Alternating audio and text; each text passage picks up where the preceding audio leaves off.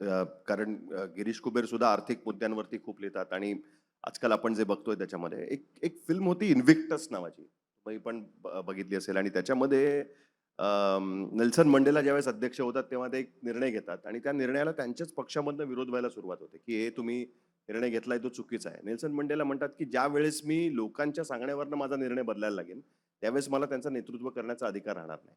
आता एक्झॅक्टली उलट्या गोष्टी सुरू झाल्यात. कारण त्याच्यामुळे पॉप्युलिस्ट स्कीम्स निवडणूक जिंकायचं असेल, तर तुमच्याकडे एक सोपा उपाय आहे, की तुम्हाला कशा पद्धतीने त्या निवडणुका जिंकायच्या त्याचा एक टूल किट हा शब्द आजकाल एकदम फेव्हरेट आहे लोकांचा. त्यामुळे ते एक टूल किट झालेलं आहे, की तुम्हाला काय केलं पाहिजे, की ज्याच्यात तुम्ही त्या निवडणुका जिंकू शकता. तो मार्ग सुद्धा महाराष्ट्रानेच कुठेतरी दाखवून दिलाय का? की 24च्या लोकसभा निवडणुकीतला निकाल आणि 24च्या विधानसभा निवडणुकीतला निकाल 4 महिन्यामध्ये ज्या गोष्टी बदलल्या.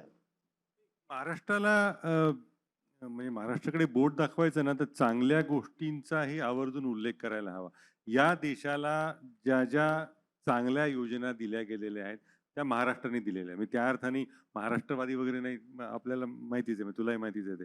पण आता उदाहरणार्थ ज्याचं आता काय ते जी रामजी वगैरे वगैरे ते सगळं झालेलं आहे. रोजगार हमी. ती ती ती योजना या मातीत जन्माला आलेली आहे. म्हणजे शिक्षणाचा हक्क ही योजना या मातीत जन्माला आलेली आहे.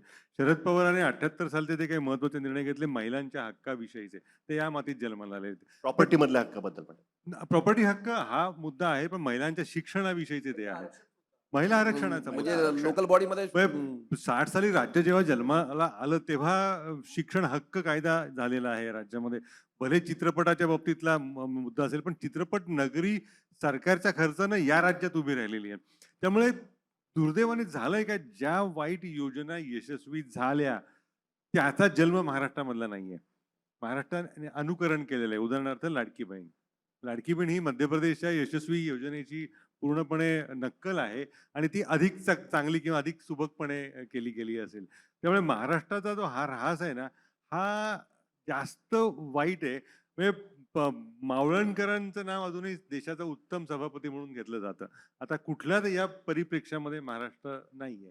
म्हणजे उत्तम शासकीय अधिकाऱ्यांमध्ये आहे का? उत्तम राजकीय नेत्यांमध्ये आहे का? त्यामुळे हा जो ऱ्हास आहे ना, हा जास्त महाराष्ट्राचा टोचणारा आहे. म्हणजे राजदीप म्हणाला तसं, की ते 40 वर्षापूर्वी होतं. पण आता ते चांगलं उगवणं आहे ना, ते कमी झालेलं आहे. आणि ते आपल्याला अंतिमतः आर्थिकदृष्ट्या अतिशय महाग ठरणार आहे. महाराष्ट्र जी आता किंमत देतोय, ती राजकीय किंमत, ती काय मतदारांचं भलं वाईट व्हायचं तर होईल. पण त्याची आर्थिक किंमत आपण देतोय.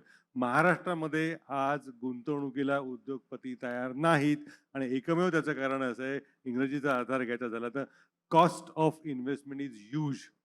पूर्वी मुख्यमंत्र्यांनी एक प्रकल्प मंजूर केला, की तो त्याच्या अंमलबजावणीत काहीही अडथळे यायचे नाहीत. आता मुख्यमंत्र्यांनी मंजूर केल्यानंतर तो पश्चिम महाराष्ट्रातला असेल किंवा मराठवाड्यातला असेल, तर तिथल्या ग्रामदैवताला शांत करावे लागते. ग्रामपंचायतीपर्यंतच्या शांती या सगळ्या उद्योगपतींना कराव्या लागतात. त्यामुळे महाराष्ट्रामध्ये उद्योगाच्या बाबतीत अत्यंत हालाखीची परिस्थिती आहे. मुख्यमंत्री येत आहेत कार्यक्रमामध्ये, त्यांना आठवण करून द्यायला हवी. कारण दुसऱ्यांदा जेव्हा देवेंद्र फडणवीस यांनी सूत्र घेतली, तेव्हा पहिली त्यांची घोषणा होती, की महाराष्ट्रामध्ये पॉलिटिकल एक्स्टॉर्शन बंद होईल. ही मुख्यमंत्र्यांनी दुसऱ्या खेपेचं 24 मध्ये. हो, आता सत्ता हाती घेतल्यानंतरची पहिली महत्वाची घोषणा होती. याचा अर्थ असा, की महाराष्ट्रामध्ये पॉलिटिकल एक्स्टॉर्शन होतं आणि ते बंद करायचं आहे. त्यामुळे आता त्यांना विचारायला हवं, की ते बंद करण्यात कितपत यश आलं. कारण हे जोपर्यंत होत नाही ना, तो राजकीय येतील जातील हे काय यांच्यामुळे काय फार अवलंबून राहणार नाहीये. पण आर्थिक आणि महाराष्ट्राचं सामाजिक नुकसान हे दीर्घकालीन आहे आणि तिथे आपण मागे पडतो. पण या योजनांच्या बाबतीमध्ये कारण सगळेजण म्हणतात प्रत्येक वेळेस येऊन की खूप त्रास होतोय. व्यक्तिगत भेटीमध्ये म्हणतात की नाही हे आता सहनशीलतेच्या पलीकडे चाललंय, तुम्हाला तिजोरी सांभाळताच येणार नाही, तुम्ही मूलभूत गोष्टींवरती खर्चच करू शकत नाही आहात. तरी सुद्धा त्या योजना पॉलिटिकल कंपल्शन म्हणून चालू ठेवायला लागतात. वेलफेअर इकॉनॉमिक्सच्या नावामध्ये पण त्याला वेलफेअर इकॉनॉमिक्स पण म्हणायचं की नाही, हा एक वेगळा प्रश्न आहे त्याच्यामध्ये.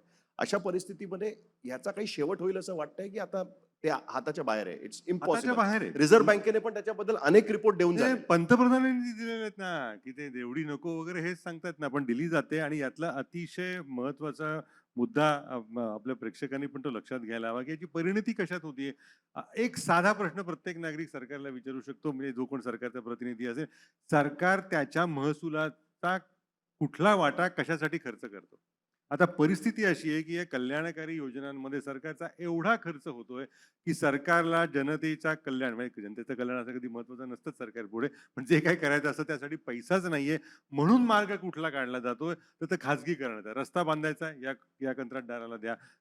काय आणखी पूल बांधायचे त्या कंत्राटदाराला द्या.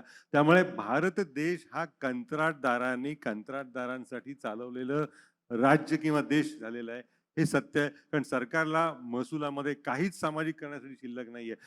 70,000 कोटी लाडकी बहिणीवर खर्च झाला. एका वर्षाचा खर्च सुरुवातीला 45,000 कोटी होता.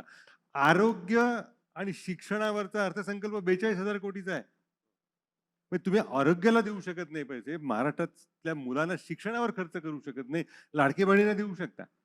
हे हे जे विदारक चित्र आहे ना, हे लोकांच्या डोक्यात ज्यावेळेला जाईल ना, तरच झालं तर. पण तो मला व्यक्तिशः असं वाटतं, की मी आशावादी वगैरे अजिबात नाही. अजून खड्ड्यात जाण्यासाठी बराच पल्ला गाठायचा आहे आणि आपण तिकडे जोमाने वाटचाल करतोय.